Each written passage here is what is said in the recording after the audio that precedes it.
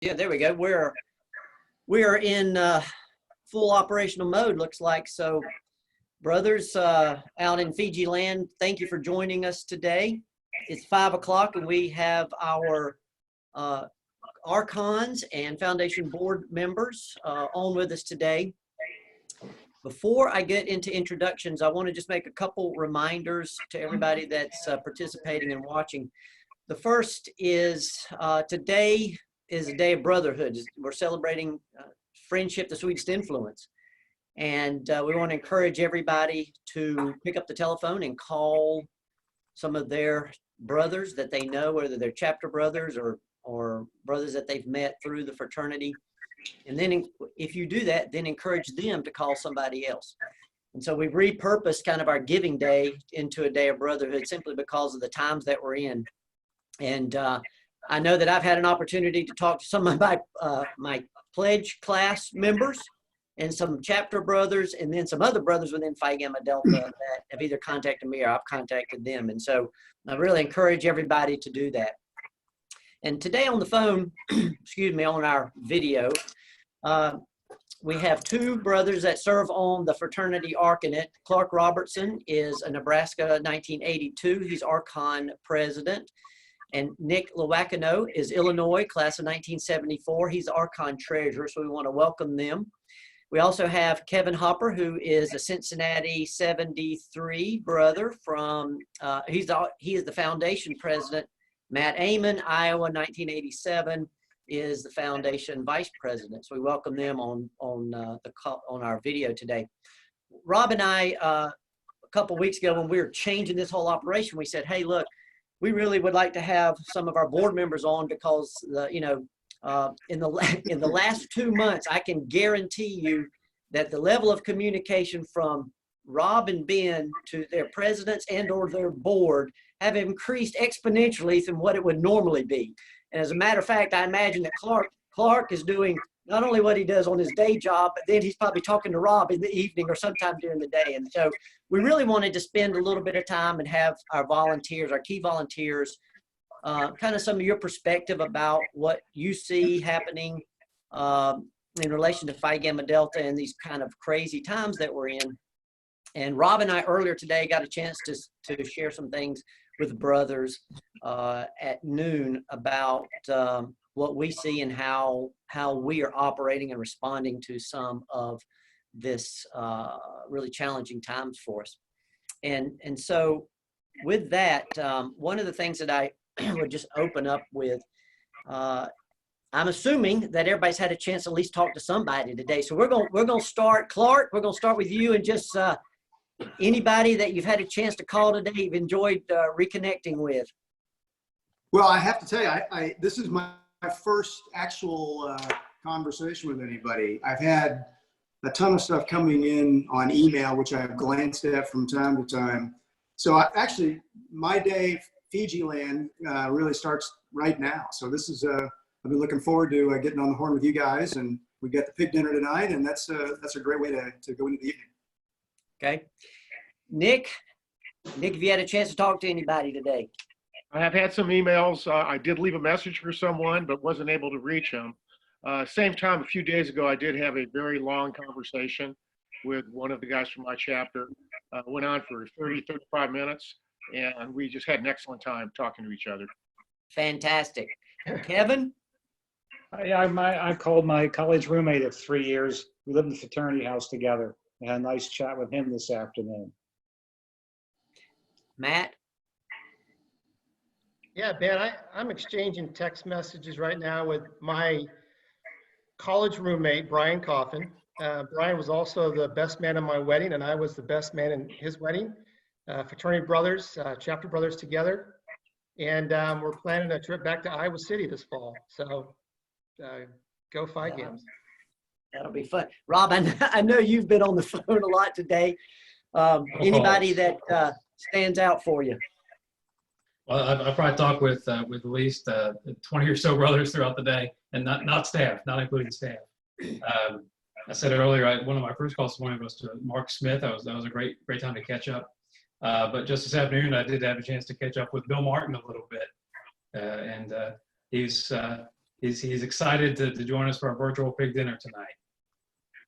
Good. Well, we're looking forward to seeing him again too. So, well, brothers, let's get into it. If anybody's watching on Zoom or Facebook, there are ways for you to respond or ask questions. I think down in the chat or Q&A, and so you can ask particular questions. They'll come in, we'll see them, and then get the questions out to our brothers. But really, what I wanted to start out with today is probably start out with you, Clark. You know, in the last 2 months, there's been a lot of change that's happened in the world, and it's obviously affected Phi Gamma Delta just like it's affecting everybody else. And I'm sure in your business, it's the same thing that's happened there. But really, I think both boards in the last week have had a board meeting. And so a lot of what we're talking about is going to be fresh on everybody's mind. And I'd like for you just to share a little bit about kind of the big focus areas that the Archons are looking at right now, and kind of going into the summer and into the fall, the things that are kind of occupying a lot of y'all's time. I think the brothers would be interested in knowing from y'all's perspective as volunteers in the Arcanet. Well, thanks, Ben. I would, I'm trying to remember the name of the boxer from the 80s who had the quote, "Everybody has a strategy until they get hit in the mouth." And I feel like the fraternity got hit in the mouth about 2 months ago, as did, frankly, everything else that we deal with. You know, the staff has done a great job. We did have a board meeting last weekend, a 13-hour virtual meeting. For those of you who've sat in my shoes, that's an awful long time to be sitting there Zooming with people.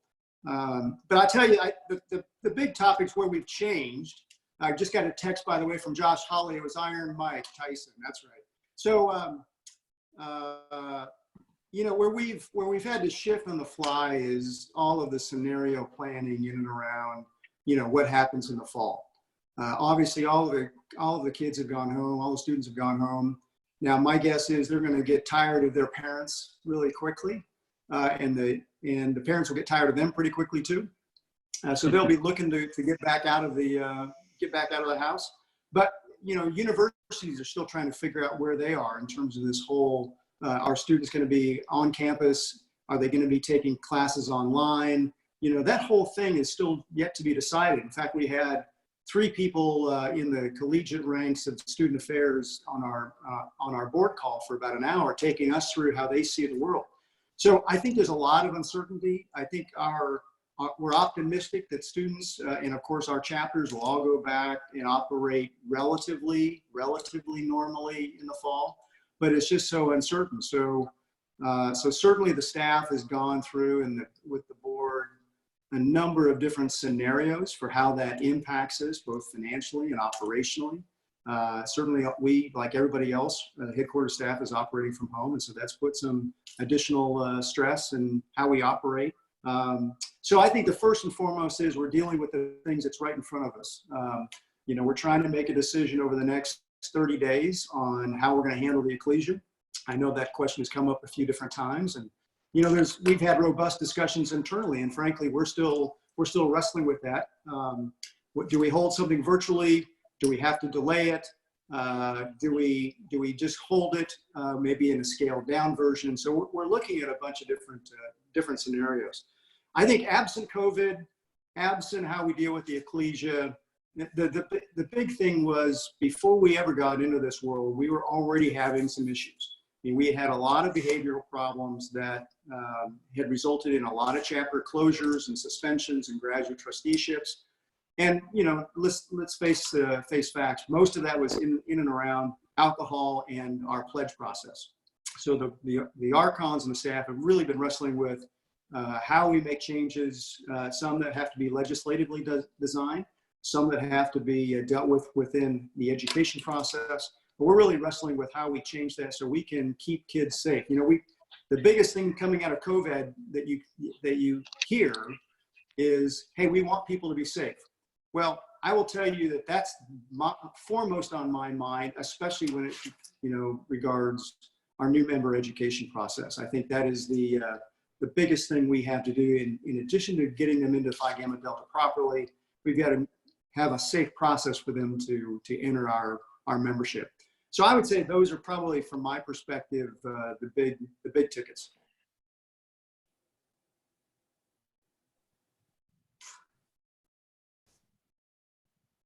Can you hear me? Ben, you're there. I did the classic mute yourself and then you forget you mute yourself. So, you were talking about safety of our students and a lot of times when we say that now, we think of it in context of COVID pandemic. But really that constantly is one of our biggest concerns as we just think about our brothers being young men and trying to keep them safe of all the things that can happen on a college campus. And so safety has been something that the fraternity has worked on for a long time. The foundation is able to fund some of those things that the fraternity does. And that's just a great relationship that we can have. And so, I think for the foundation, so Matt, you might want to take this, but, just one of the things that we do is really our whole alcohol, paying for alcohol education programming. And so from a foundation board members perspective, and I know you've got boys, and so how important that is, alcohol education, and just how important that is that we're funding it and that the fraternity's doing it, and we have to do it every year. But any comments that you have about that from a foundation board side? Well, let me just comment first, Ben, with regards to follow up on Clark. The foundation is not fazed by the current environment. I mean, we're in it for the long haul. We're blessed with graduate brothers that continue to give.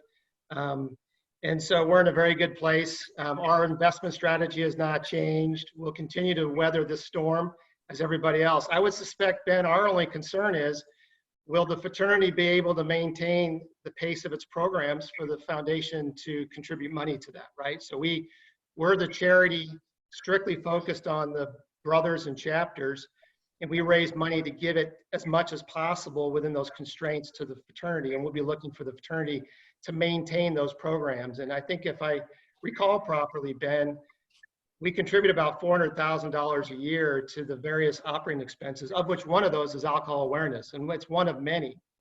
And I'll tell you right now, our commitment is unwavered, and we'll continue to raise money, and we will push the fraternity to find more programs like alcohol awareness, other awareness programs around academics and scholarships and hazing, et cetera, where we can contribute and take the graduates' contributions as they intend them and put them back into the fraternity.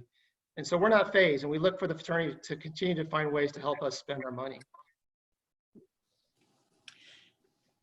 This would, I think one of the things that brothers are going to want to know is, kind of how the fraternity and foundation are kind of from a financial standpoint. And so I think, Nick and Kevin, I'll let you two answer this, each from a perspective, but just generally, I think give us a snapshot of how healthy the fraternity is right now and the foundation, because I do think we're in a good spot. But any comments you want to share with brothers about just kind of where we are, positioned right now as we go into these kind of crazy and uncertain times? Nick, we'll start with you first. Sure. The fraternity is well positioned to weather this storm. We are liquid. We have other ample reserves that we can fall back on. So I'm not concerned about the financial standing of the fraternity. We can carry on for some time, and we will be able to carry on. This is not a situation that's going to cause some major problems for us, like some of the problems that I'm hearing about in other Greek societies who have debt. We have been very, very fortunate to have had financial policies over the years that are very conservative, very straightforward, and as a result of that, we've been able to maintain a position of ample liquidity. Same time, we prosper when our customers prosper, and in this case, our customers are the undergraduates and the undergraduate chapters. What remains to be seen as we get to the fall is the rate at which campuses will reopen, how the downtime that we had in the springtime is going to affect things such as rush, new member recruitment, and how the chapter is going to operate. So while we can mount the same type of programs that we have been putting forth over the last few years to focus on things such as, anti-hazing or sustaining an anti-hazing, substance-free environment, promoting courageous leadership, we can do all those things. What we need to do, though, is to do what we can to get the chapters up and running so that they are in a best position to take advantage of the programs that we have to offer. Kevin, any Yes, any sir. thoughts from Foundation? Well, I think the foundation is on track as a fraternity is. We're liquid. We have a professional investment committee that monitors our investments. And yes, that we've taken a little bit of a hit in the last several months, but we're well positioned to weather the storm. We're liquid. We're ready to fund the programs of the fraternity, be it leadership training, which is a large expenditure, the AAA scholarships for the freshman initiates. Those continue. And we're right on target for our goal of raising $700,000 to $800,000 this year through our annual giving solicitation. So I think we're healthy, and we're very appreciative of the brothers that give to the foundation, the tax deductible arm, the charity, we call it, of the fraternity. Yeah, and today, you know, I haven't looked at it in a couple, probably 25, 30 minutes, but we know we've had, last time I looked, we've had brothers contributing to both the fraternity and the foundation. So we appreciate what they're doing for today. And as really, you know, I think for both organizations, you know, we're just in the last 2 months, we've kind of backed off a little bit on asking brothers for gifts, simply because we know everybody's going through some time of adjustment and trying to figure out what's happening. And so we do appreciate the gifts that are out there. You know, I think one of the questions that we have is from Wes Bolson, and this is interesting. He asked a question about you know, our graduate brothers. There's so many of them that either probably had internships set up for the summer, and or had jobs that were set up for the summer, and now, you know, a lot of those may not have any work that they're able to go to. And he asked a question, you know, is there anything that we can do as a fraternity to help them with work experience or working with companies, or through, you know, meet some need basis from the Educational Foundation? So I guess he's really asking, you know, are we able to connect undergraduates with graduates, but also the bigger challenge, which is going to be possibly trying to get, you know, need-based help out to brothers in a form that can be helpful. That's a tough one because we've got a lot of brothers out there. But let's first talk about the kind of the work experience, you know, our ability to try to connect graduates with undergraduates, so that there's potential for them to maybe even do some work or some internships. Any thoughts, Clark, or Rob? This one may be good for you to jump into on as well. But yeah, I'm not sure I've got great answers here, because I think it's just a tough environment. I mean, when you have the kind of unemployment claims coming in as we've had, it's a difficult time for everybody.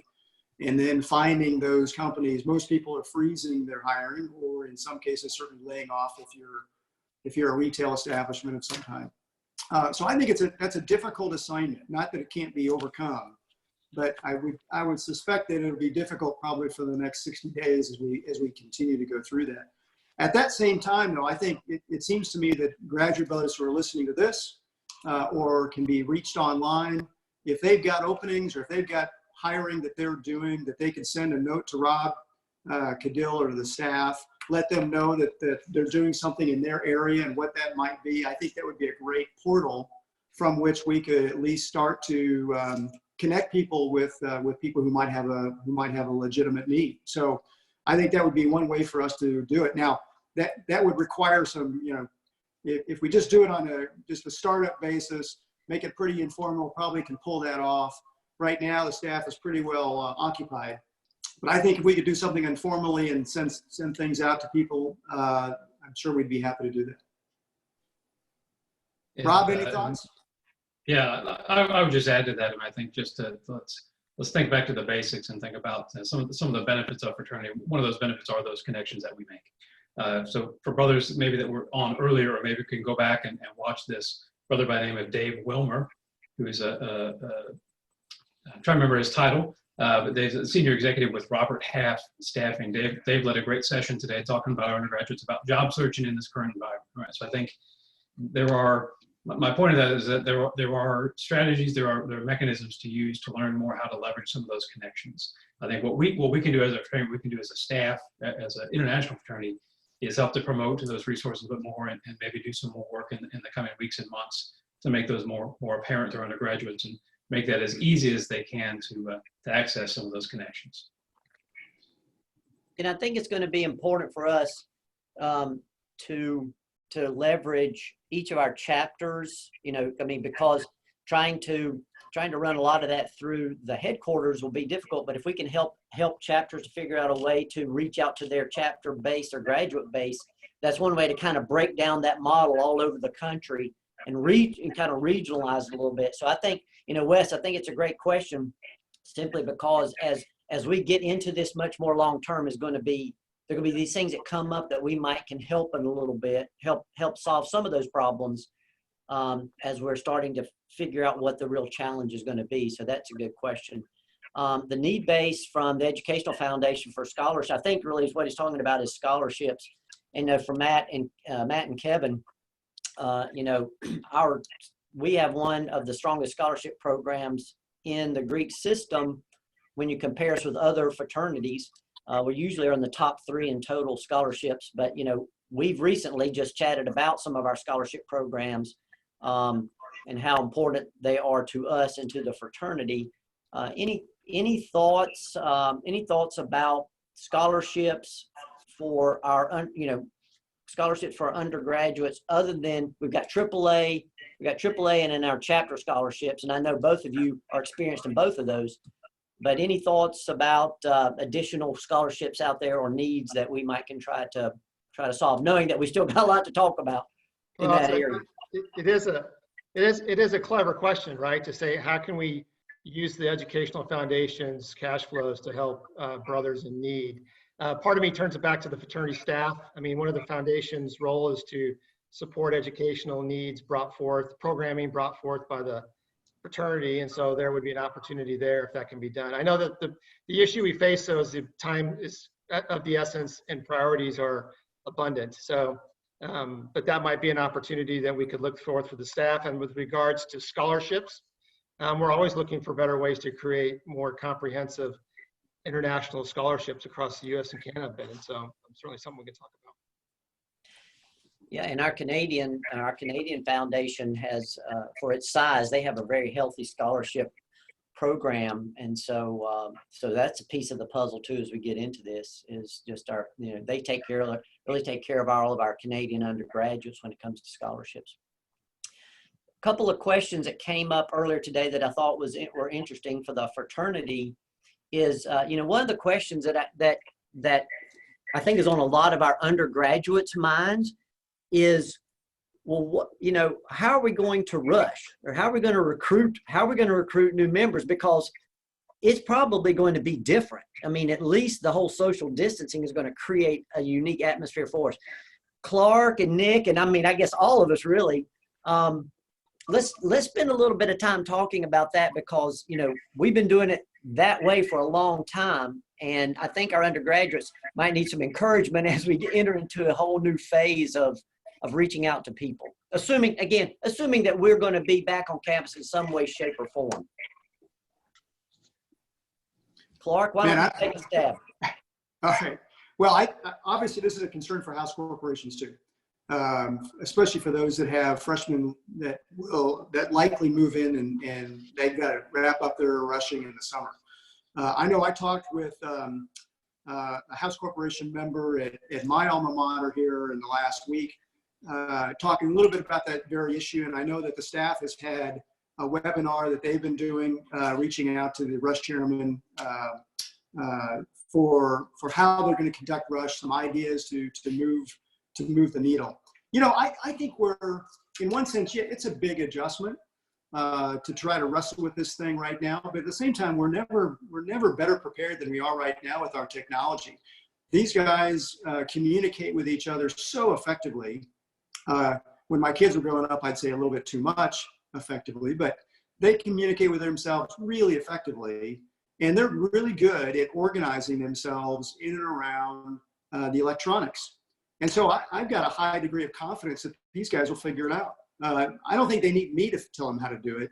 I think they'll figure it out on their own, because they're already used to doing it. And they're doing it effectively and seamlessly. Heck, we know chapters that have, you know, significant members, and they don't have a chapter house.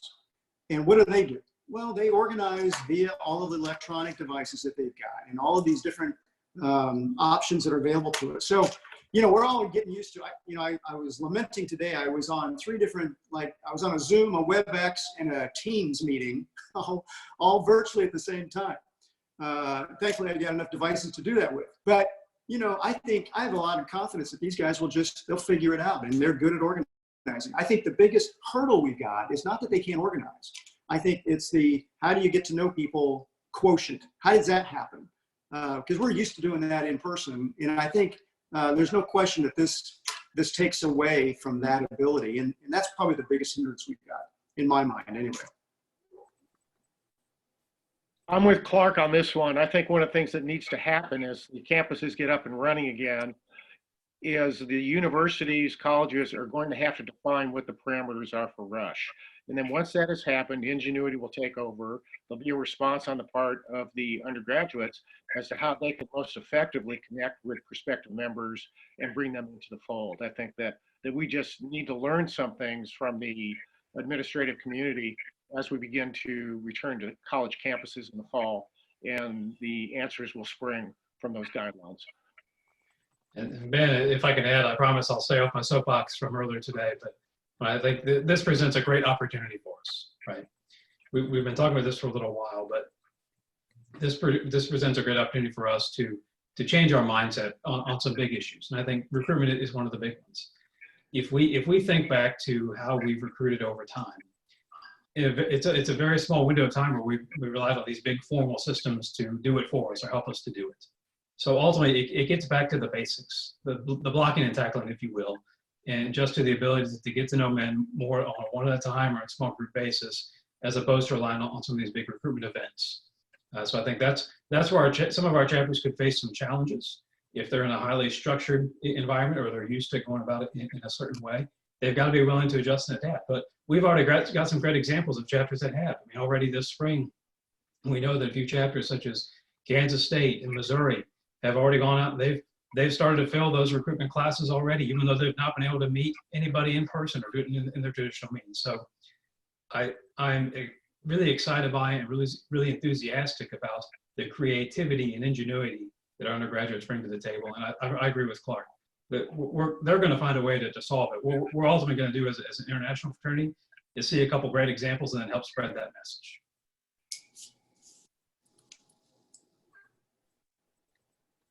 One of the things that Phi Gamma Delta has always really been blessed with, I think, are a number of our graduate brothers. So if we think of our graduate base, we have brothers who volunteer their time, PLs, house corporations, BCAs.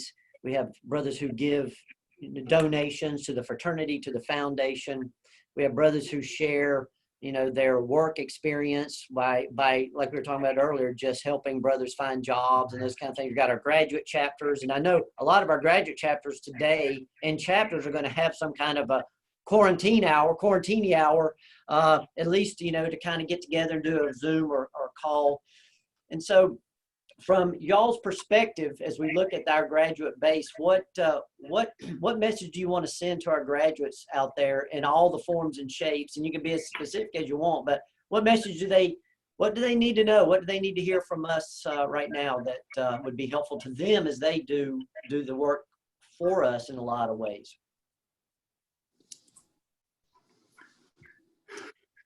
Clark, why don't you start on that one? Well, there's a couple of different ways to play this one. If you're talking about, first of all, I'm usually a glass half full kind of person. On certain days, my wife thinks that's not true. But I'm going to mention tonight at this big dinner that COVID has no threat ultimately to Phi Gamma Delta. It can't infect our principles. It can't infect our ideas or our ideals. So ultimately, yeah, we have some concerns on financial stability and headquarters and GR chapters going to kind of, how are they going to weather through this? But hey, we're a set of ideals and principles that is going on now 172 years today. And so I'm not worried about Phi Gamma Delta surviving and thriving. We will survive and we will thrive. We'll find a way to get through this. And I think We have some of the best volunteers. I always want to thank people for their time, their talent, and their treasure. We get a lot of it from our graduate volunteers. I know guys who have served in my role and gone back to be a Purple Legionnaire. And so, I mean, and why do they do that? Well, they do that because they just love the fraternity. They love their experience. They love their memories. They love their brothers. And I think that will get us through quite a bit of that. All the organizational stuff, we'll figure that stuff out. But I believe strongly that, you know, we'll weather this very well and come out even stronger. Other brothers, Nick or Kevin? I think there's probably no better time for someone to get involved, particularly if they haven't been involved in the past, than the short-term perspective we're looking at right now. There's always a great opportunity to mentor undergraduates, participate as graduate volunteer in many different ways, and just share the experiences and the knowledge that you gained since you've been out of school in a very, very helpful fashion. I think it's going to be a challenge in some quarters for us to get back to school because it doesn't appear that the university community is aligned in terms of what they're going to be doing in the fall. So the answers are going to be different. The timetables are going to be different. And I think we're going to have some situations where some additional help is required to get things jump-started again. So we just need to be mindful of that. And as we determine what the opportunities are and where the needs are best expressed, when we have more information in the fall, then that's the time to start looking at where we can get some graduate help to come in a variety of different ways. Kevin or Matt? Ben, this is Kevin. I think the House Corporation is going to be very challenging this fall, trying to figure out housing and students living together. And I think the more help we can get from our graduates in the House Corporation area, the local chapters, I would think, would be very happy to have some more talent in that regard. Hey, Go ahead, Matt. hey, I want to tell you, I'm joining the call today from Houston, Texas, which is home of the fraternity's #1 graduate chapter. So I'm not at all unfamiliar with great graduates coming together, not just as undergraduates, but graduates as well. I'll speak to the graduates out there. Continue to stay involved. I've been involved with Phi Gamma Delta since I was 8 years old. And I've had a variety of roles and I've never looked back, and I would encourage all of you to stay active. I speak to the graduates though to contribute either to your local chapter, to the fraternity, or to the foundation, and make it part of your annual budget. And if you're as old as, say, Buddy Cote is, maybe consider us to put us in your estate or your will, so that when you pass on, the fraternity can benefit from your donation as well. So keep us in mind in all stages of your life. Back to you, Ben. Yeah, there's well, brother, this has been an interesting issue really for the last several years, but there's a brother asking a question about, you know, there's some schools that are going to be really severely challenged as to whether or not they're going to be able to stay open in all of this. And so, you know, there was a school in Ohio just this past week, I think, that closed. And so the question really is, you know, what would we do? This is hypothetical, I suppose, but what would we do if, you know, if a chapter's sitting at a school and they close? I mean, it's going to put everybody in a bind. But I think hopefully hopefully that has not happened yet. So that's good. But Clark, this probably falls in your and Rob's area, but you know, given a situation like that, I think we probably won't know that for a while. But there could be some other schools that just, you know, stay closed for the entire fall, which is going to be a very similar type of situation. Let's address that. What do you think that might look like if we've got a school that's just closed for the fall? Well, and I think if that's the case, it really depends on whether we have a house there or not. I mean, to Matt's point about house corporations, I think that's that issue is certainly up front. Now, I think there are probably some house corporations. I'm sure most of them today are doing scenario planning in terms of trying to how would they get through a certain period of time without anybody or with less income. So I'm guessing they're probably going through that right now. I think if a school closes for a semester, it's certainly survivable. I think if a school closes, period, mean, we really exist because of the schools being there. So I guess technically speaking, I'd have to check with the laws of the fraternity, but we don't open up any chapters unless it's at a college or university. So I would say the same is true in reverse, that we wouldn't be keeping one open if the school or the college was not planning on returning. I think I'll just add to that. I mean, we think about a chapter, and we're absolutely right here. The basis of our organization is a chapter based on a specific campus. So, I mean, the unfortunate scenario there is that specific chapter likely would be lost. Now, we haven't run into that in a long, long time. So there are some logistics that we figure out. But I think the important piece there is that ultimately those men are going somewhere. They're doing something, right? So whether if in that case, I'm going to imagine a lot of the men in that chapter are transferring to another school. And so hopefully that presents either an opportunity to become a part of a chapter that exists or work with the fraternity to start a Untitled chapter on that campus. You know, I was thinking earlier today, and Rob and I chatted about this a little bit, but I think a lot of times when we're in a situation like this, it's easy for our undergraduates and maybe even some of our graduates to think, well, you know, there isn't anything going on at the chapter. And yet we know that there's a lot that's taking place right now in Phi Gamma Delta. It's a lot quieter maybe because our chapters aren't in existence. But I think if we've got undergraduate brothers that are on the call, I would like to kind of address them a little bit about, you know, kind of chapter operations and the fact that, you know, there's still business that we need to be conducting to not only kind of finish out this semester, but to get us start really thinking and get us into the fall semester, whatever that may look like.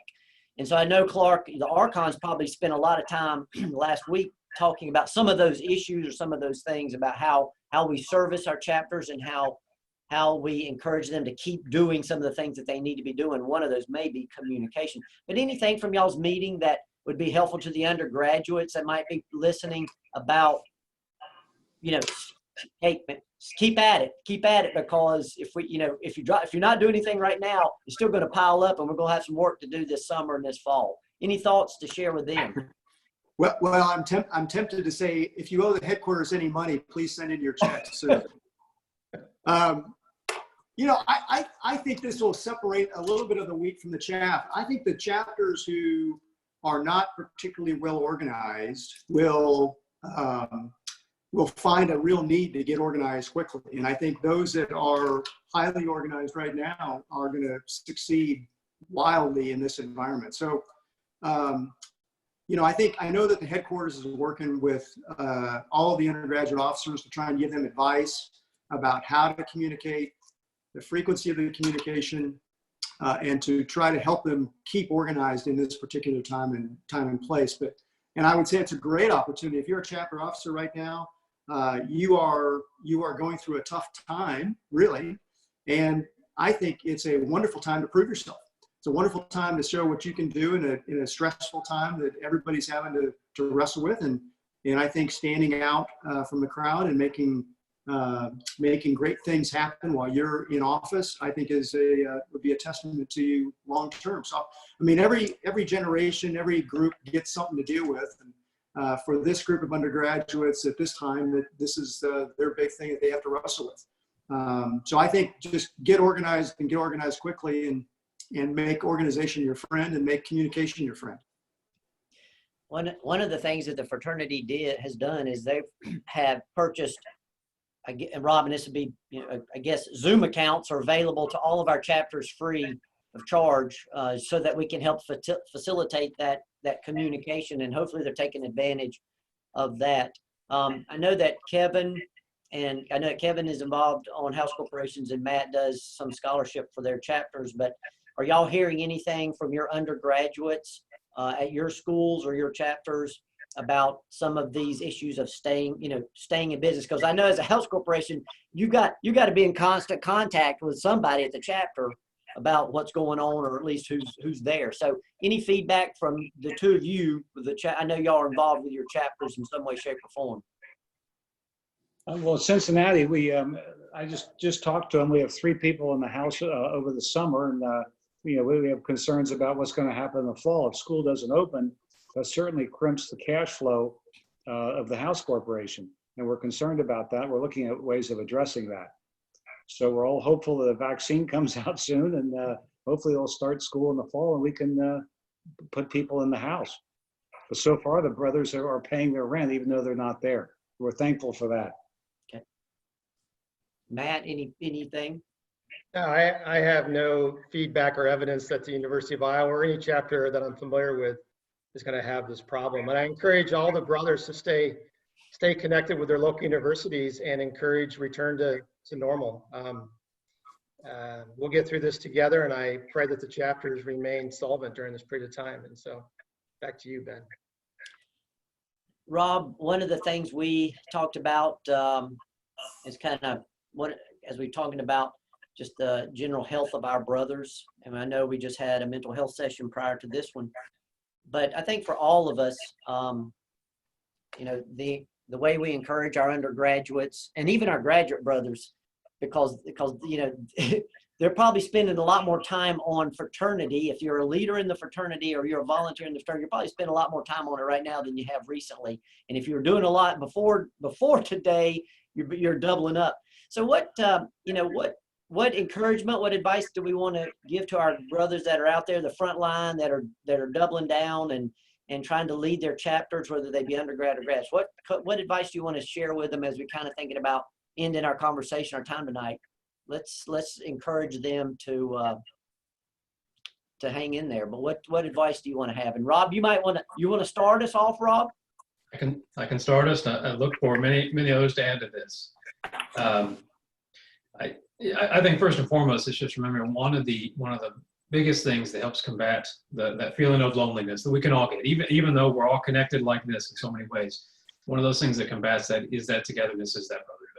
That's been proven time and time again, both anecdotally and in more peer-reviewed study. So I think as we think about the importance of fraternity, really we're talking about the importance of those friendships and that connectedness. And that is what's going to help get all of us through this thing together.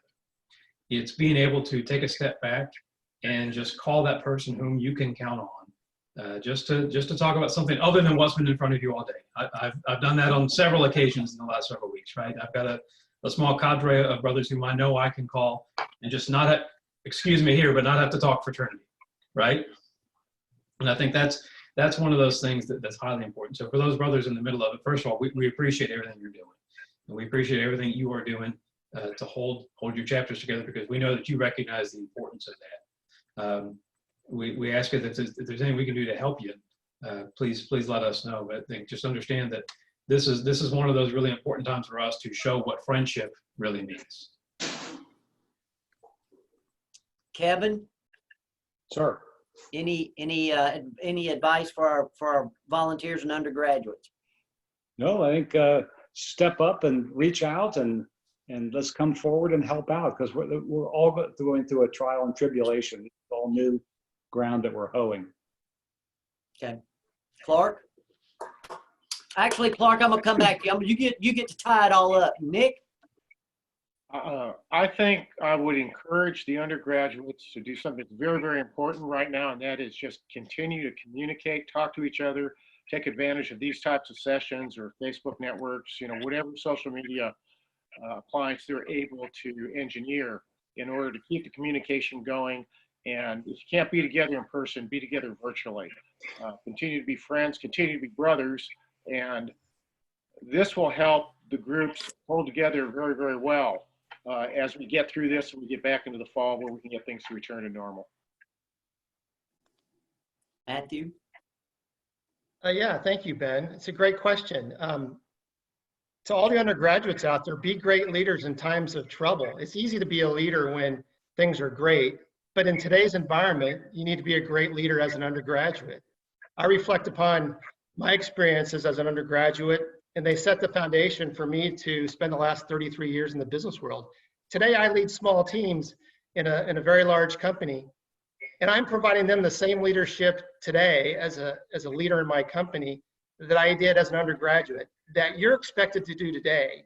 So view this as just one more pledgeship or one more opportunity for you to strengthen your leadership skills in an environment with close friends, because you're going to be asked to do it again and again and again over the course of your life.